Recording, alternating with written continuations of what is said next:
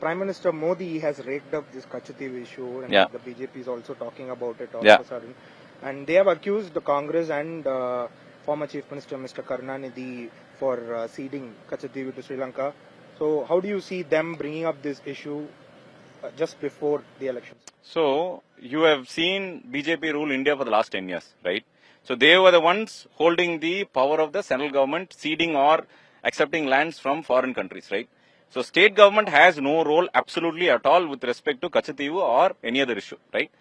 They are being very, very hypocritical here. Two issues, right? When China incursion happened, you saw one of their MPs, Mr. Subramania Swamy, right? He literally accused them of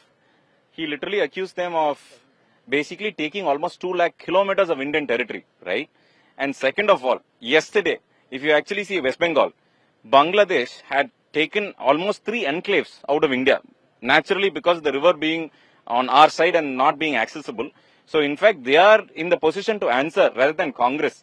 So accusing Congress is basically saying, look, I didn't do anything, look at the Congress. So I think they have to look at the mirror themselves and decide, they basically did not do the job right. And they are just finding excuses to talk about Congress. The BJP's constant attack on the India bloc Yeah. has been that the parties are dynastic and only care for their families. Yeah. And they have constantly, brought up Mr. Udaynidhi Stalin succeeding Mr. Stalin. And Yeah. Now, in your case, you are succeeding your father. So, what is your take on their accusation?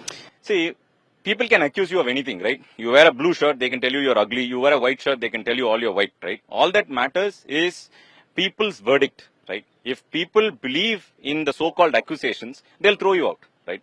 And if you don't have any sense, right, or people don't feel any sense in that argument, they're going to elect you and put you into play, and they're going to judge you by your performance. All we are telling is, we have been performing very well, right? If they are so good at it, right? If they are so good at accusing Mr. Udaynidhi Stalin of being a dynastic, they should have the guts enough to put an aims there. When you took up the brick and showed them, look guys, you did not do it, right? They still not moved that brick. The brick is still there. So it's actually for them to answer this question rather than us. Second, why did the BJP poach 412 so-called dynastic MLAs? Are they so good that they can't form their own government but to poach dynastic MLAs? So the law applies equally on both sides. I think they really are beautiful hypocrites. And when it comes to them, they are all, above the clouds. And when it comes to Congress, they're saying, you're doing all these dirty things. I think it's for them to answer, not for us to answer. Right. And your father was very particular about not bringing anyone from the family into politics for quite a long time. Yeah. But what has changed now? Was it your decision to step in, or was it your father's decision to field you? How did it work? So it happened like this, right? In the last 3 years, I happened to do a lot of work for the constituency, Trichy West constituency, right? You get to meet a lot of people. I got to meet a lot of people, and I happened to listen to all of their grievances and possibilities.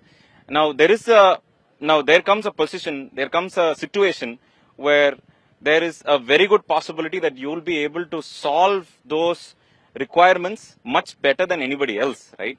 And hence you put your application to the party saying that, I'll be able to serve the constituency better. And that's when the whole scenario started. And if you ask me, there were almost 9-10 candidates who applied for the Perambalur constituency in front of the chief minister. So, in front of the party president and the chief minister. So, they decided that the best mechanism to get government schemes into the people's hands would be a candidate who are capable enough to connect with them. So I think there are a number of parameters in which it connected, but my assumption is they chose me because I will be able to better connect with people and get the schemes across to the people on the ground. Right. And one last question. So the BJP now has Bihar, Mr. Nitish Kumar in their kitty. In Maharashtra, they've broken NCP and Shiv Sena. Ms. Mamata Banerjee in West Bengal has said she will not contest alongside Congress. So in all the big states, it seems like the India alliance is on the back foot. So how do you see the pan-India prospects of India Alliance given this tough situation for them just days before the election? I think people are going to decide based on the circumstances. Today, if you see in Maharashtra, right, Senior Pawarji has always an edge because he has been the patriarch of the society, patriarch of the Maratha society for a long time. And just because they got a few leaders on their side and having an one-sided situation or directive from the government, pushing symbols to people that they like for, I don't think that's going to form a very big part of the voting process. I think people are going to decide based on the fact that BJP has never gotten along with any of the allies anywhere, because any of the allies they have broken. So if take Shiv Sena for that matter, take Paswanji for that matter, they have only broken allies. So basically they are using only for that situation and not for anything else. For us, if you take India, we are only joining allies and making allies. So we have been very consistent in our approach, saying that regional aspirations along with national integration is what matters here. And BJP might feel like you've got all the candidates, but I don't think that's the end of the story here. Right.